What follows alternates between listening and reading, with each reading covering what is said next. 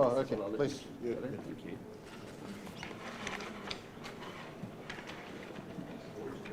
Ladies and gentlemen, members of the press, welcome to today's media stand-up between the Right Honourable Christopher Luxon and the Honourable James Marape.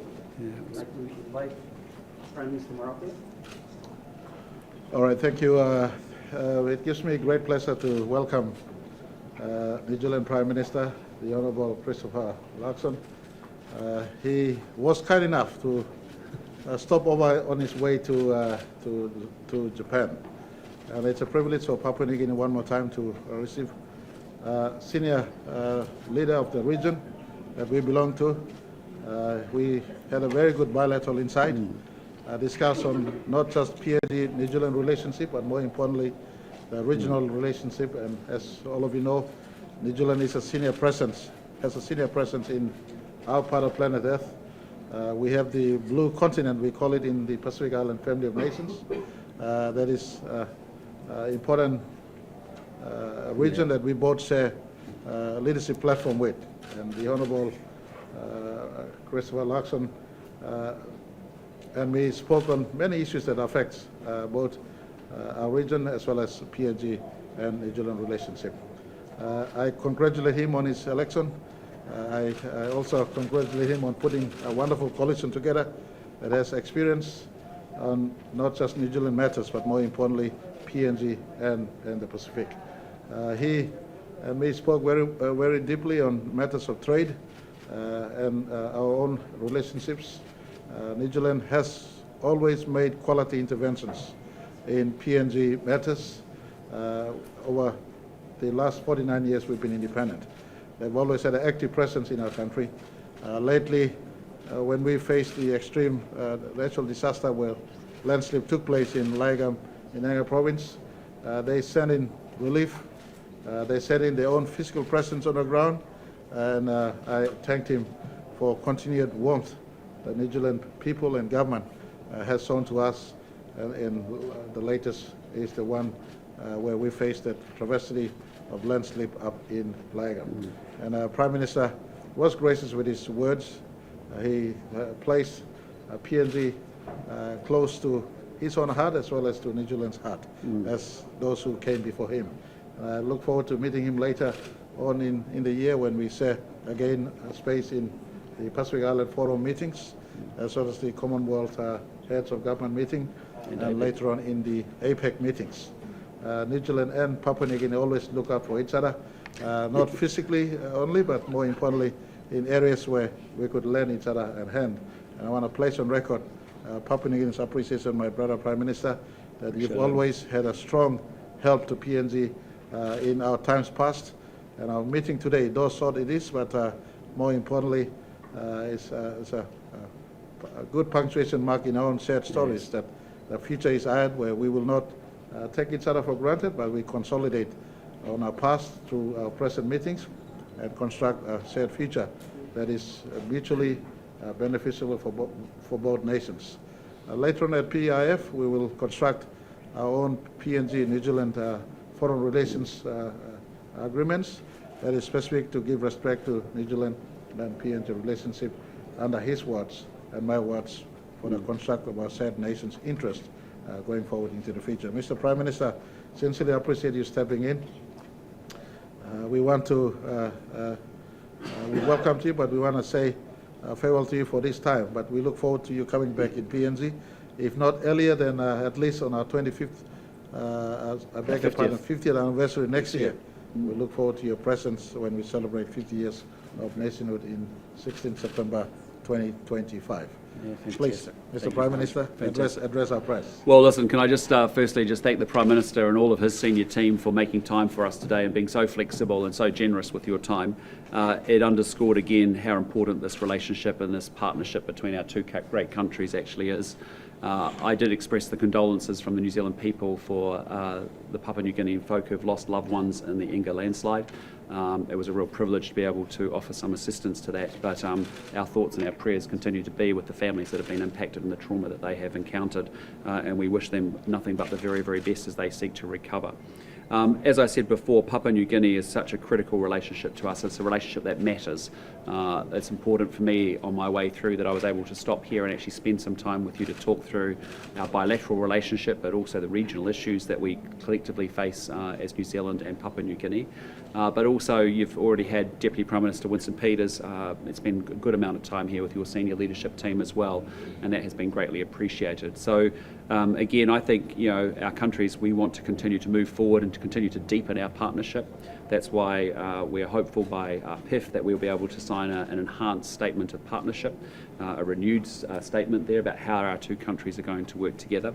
There is opportunity in trade for where Papua New Guinea is and where New Zealand is, wanting to expand and double our amount of exports, and also where Papua New Guinea is in its economic agenda. It makes sense for the two of us to work together constructively in that area. And then we talked about a number of regional issues that we will be talking about again in PIF and Tonga. But again, through the course of this year, I look forward to getting to hang out with you a bit more. We're going to hang out in Tonga, we'll hang out in Samoa with Chogam, and then in APEC at the end of the year as well. And so again, can I just say thank you very much for your generosity, thank you very much for your insights and wisdom, and thank you for being so generous with the time that you've spent with all of us and our team here. We really do greatly appreciate it. Pleasure is mine. Pleasure is mine. Thank you very much. Any one or two questions? We'll take one or two from any one of you. Please shoot all your heavy questions to me and keep him light. Jack? Prime Minister Marape, are you confident with the Speaker's ruling that the vote of no confidence was filed incorrectly? And are you worried about another vote of no confidence in September? Papua New Guinea is a robust democracy. We've had vote of no confidences before, so it's a process of parliament, and we'll deal with it if it arrives in September. It's the good thing about democracy is majority always prevails, and I am confident right now we have majority in our coalition, and our majority number will be tested again in September. Whatever happens, don't worry, the country lives on, and the country is bigger than one person. On the devastating landslide that you've just suffered, is there any more support that New Zealand could provide in the form of aid or other assistance like G&E science, which I know has been helpful here as well, and to Prime Minister Luxon, is that something that we would consider sending your way? Yes, absolutely. We're open to helping in any way we can. Initially, it was about getting supplies into the region using some of our defence assets. We're now funneling investment through NGOs in particular. We actually did talk about geotech and where there's expertise that we can bring to the table as well. So, it's a pretty tragic set of events. It's in a very remote part of the country. It's difficult to access, and we stand ready to help and support our friend. So, anything the Prime Minister needs, we're happy to be there and help support him. The entire country sits on 6 plate tectonics. We're a young geology. It's still always moving. And with New Zealand's expertise in seismic and geotechnology, you have that expertise. We appreciate the fact that you're able to assist in studying the land area in which the mountain sits. Once we have a affirmative view on the possibility of what happens if we go in with the excavations, then we'll move into look at a permanent solution for those who are affected. At the moment, we have not done any more work as yet, because of the view that the soil is still moving, so to speak. So New Zealand help is welcome, but any help is welcomed. We appreciate. It doesn't equate to amount or size. Any amount of help that New Zealand has given to us thus far is appreciated, and we stand with open arms for continued help. But you're not present. We are making our own interventions up there. We want to give permanent settlement to those who live in the periphery of the affected areas. Prime Minister Luxon, New Zealand PNG relations is what is structured as Australian PNG, considering among others the ministerial leaders meetings that we have in Australia and others. Do you have room to improve this, or will we future? Yes, look, I mean, you've already seen our Deputy Prime Minister come through since we formed a new government. It was important for me to make the initial connection with Prime Minister Marape on this trip as well. But look, we're very open for deeper engagement and more structured engagement if that's something that both countries want to do. And that's what our statement of partnership agreement that we want to sign before PIF in Tonga will actually sort of put some of those mechanisms in place. Yeah. Prime Minister Luxon, are there any plans to improve the labour mobility schemes between PNG and New Zealand because of the high number of unemployment in the country? Yeah, look, we're very open to that. We personally think we need to double the amount of RSE workers that we have in New Zealand from 19,000 up to about 38,000 over a period of time, so that it's actually digestible to the countries where those workers are coming from, but also to make sure that we've got the right accommodation in place and all the investments have happened in those horticultural farms. But look, I mean, I'd just say the PNG workers are very well respected in New Zealand. They have done an exceptionally good job in being great representatives of PNG. We talked about how we could expand that more, and that's something that, again, we'll consider through the Statement of Partnership, again with the view of how does that help PNG as well, so that when those workers go to New Zealand, they learn a set of skills that they can advance in New Zealand, but also ultimately bring back here to Papua New Guinea as well. So the Prime Minister was very open to expanding that program.